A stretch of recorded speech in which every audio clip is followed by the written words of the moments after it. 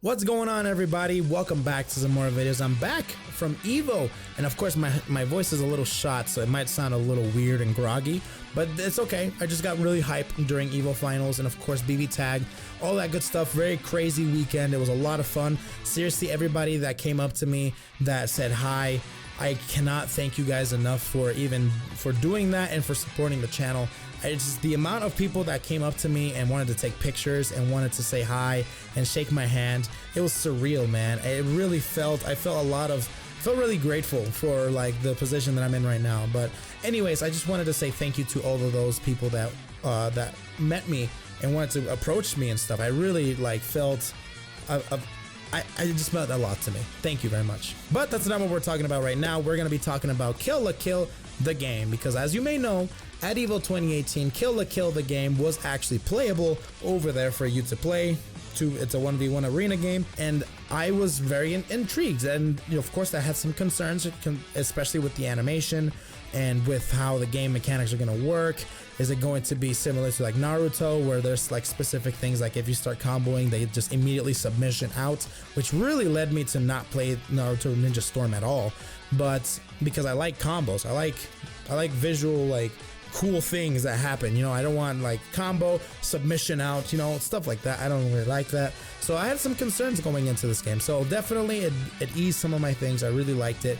I wanted to go over my thoughts and impressions on the game, because I did play a few games. I played like 3 or 4 games. I know I didn't play too much, but at the same time I really was busy during EVO weekend, just doing a bunch of stuff, playing games, hanging out with people, seeing people, eating food, watching games, playing games. Of course, it was a lot of fun. So I didn't get to play as much as I wanted. I wanted to play a lot more and possibly take notes, but I really wasn't paying attention to my notes at all or anything like that. Now, the first thing you do when you sit down, you pick up the controller, of course, is you look at the character selection screen, and it goes from the main menu to the selection screen. And the selection screen looks interesting but it did look very visually pleasing, because when you hover over the character shows up, which is very good. I always like that, and I have to say that every time now, because with things like BB Tag and other things as well, where they just show portraits, I really like it when they show the sprites or the models before you actually pick the character, which is really cool. And that's how you pick colors and stuff. Like how Dragon Ball FighterZ is doing it is really how I like it. Then you get into the game, and of course, as soon as you get into it, you see the intros, and my god, does this game look like sweet butter. Oh my lord, it was so colorful, so vibrant, so beautiful. The intros, and like when they talk and when they open their mouths and they start talking all this crap, I don't even know what they're saying, but it just sounds awesome. It just makes you it just pumps you up for some reason, especially when you play Ryoko. Ryoko like somehow like pumps you up. I don't know how. The way she's like walking in is very Johnny-esque, and then she like pulls out this huge scissor sword that's really cool. So like the game immediately looks incredibly beautiful, and it pumps you up. The intros look amazing, buttery smooth, colorful, vibrant. It just makes you want to play it, Anyways, the game is very pretty. Okay, now the mechanics, first of all, before we get into the mechanics, actually, let's go over the button layouts and such, and how it's kind of like laid out on the controller. Okay, we all played on pad. I tried to play on stick, but they wouldn't let me. Of course, that's totally fine. But to be honest, like with pad, they heavily catered towards pad on this game, like super heavily catered towards them. It just felt really good, because they have the usage of the bumpers, the right and left bumpers. You can actually though they have functions to them, and other than that, like they have auto combos in this game. So by pressing square, triangle is your long range attack, so like projectile type thing. X is jump, and then circle is to like break a guard or break a I can't remember what it did, but circle does something. There's a burst mechanic by pressing L1 and L2, and also there's a guard button. But when I tried to do guard button, it actually did a dodge, which I needed to experiment a little bit more with that. Hopefully it'll be clarified in the future when the game is playable somewhere else. But for the most part, it felt very good.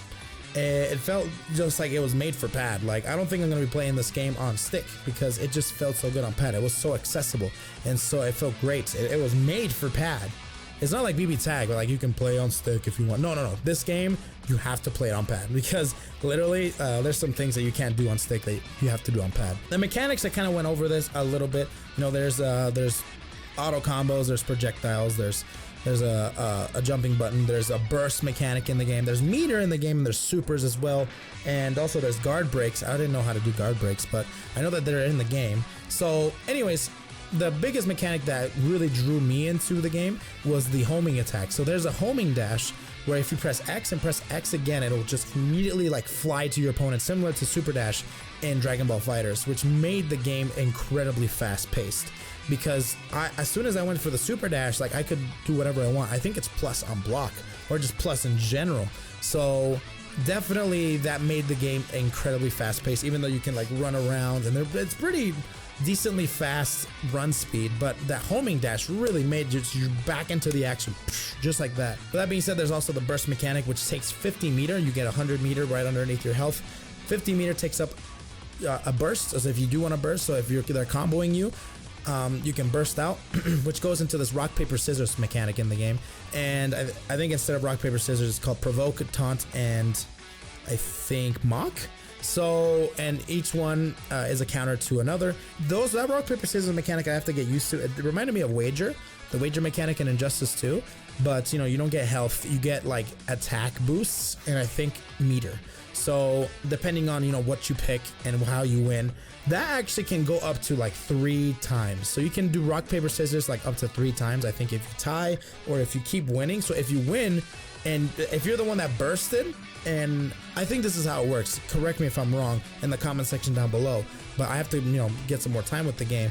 But if you burst and you go for rock paper scissors, and if you win, and then you can just keep going, all right, and then you win again, keep going, win again, and you finish and you get a massive attack boost, like to the point where you could possibly TOD, which is touch of death. So with like one single combo with a super. Yeah, the rock paper scissors mechanic is interesting. There's supers in the game, and supers consume 50% of your meter or 25%. I think I'm pretty sure it's 50% or it's 25. I can't remember. But you build meter pretty quickly in this game. You can combo like any super from anything really. So you just keep pressing like your auto combo and then go into super, and it does a ton of damage. And let me tell you something, the supers are just so... But yeah, the mechanics in this game are very Arena-esque. I don't really know too much about Arena games. I played Tenkaichi 1, 2, and 3 in Dragon Ball, but I played a little bit of Naruto Ninja Storm and I didn't like it. But it's very much like, I've been told, it's very much like One Piece Burning Blood, Naruto Ninja Storm, the boot like Xenoverse and all that stuff. Those games, it's very similar to that, which... cool, but I wanted to see if it was similar to Pokken as well. So people were drawing some similarities to Pokken as well, because I never played that game either. But definitely out of all the Arena games, Pokken is probably the one that interests me the most. The flow of the game is actually really nice, especially with that homing dash that really makes the game really fast paced, and you can just keep comboing afterwards as well. And there's also a wall splat mechanic in this game where if you do a combo, you finish it off, you've wall splat them, you can continue the combo, and there's nothing they can do about it unless you burst, of course. And if you there's a way for you to just keep resplatting them and continue comboing. I got hit with like a freaking 80% combo by just like resplatting. It was nuts. So that was very interesting, and that made it like a little bit of fun. I tried some wall splats on my own, and it made it really, really fun to do. Because, you know, you just keep going with the combo. It just, some combo extensions really made this game super, super fun. It felt really great to combo in this game, especially from wall splats and from super dashes, and comboing into supers felt really great. Just the flow of the game felt really good. Anyways, the overall thoughts of the game is it looks incredibly good. It looks very pretty. There's a lot of skin in this game with Ryoko and Satsuki. Like, they both show a lot of TNA, a lot of like eye candy, of course. Very pretty game, and they really emphasize on the curves, you know what I mean? And I can't wait to see more characters in this game, to see how they look, to see how they play, and to see if there's any more variety in the game with terms of the super. This definitely meant to be a very fun game, not so much a competitive game. I don't think so.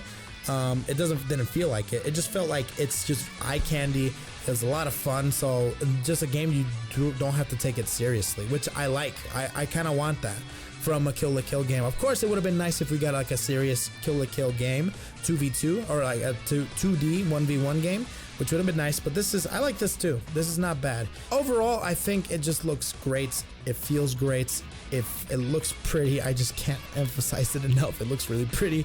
And you have my money. Arc System Works. I think you're doing a good job with this game, because by using the Dragon Ball FighterZ and the Guilty Gear Cell Shade animation, it really just brings out the craziness of the series, and I like that. I like that. The models of the game really look a lot like the show, and you know, all the shell shading and everything just makes it look even better, and the shadowing, everything looks great.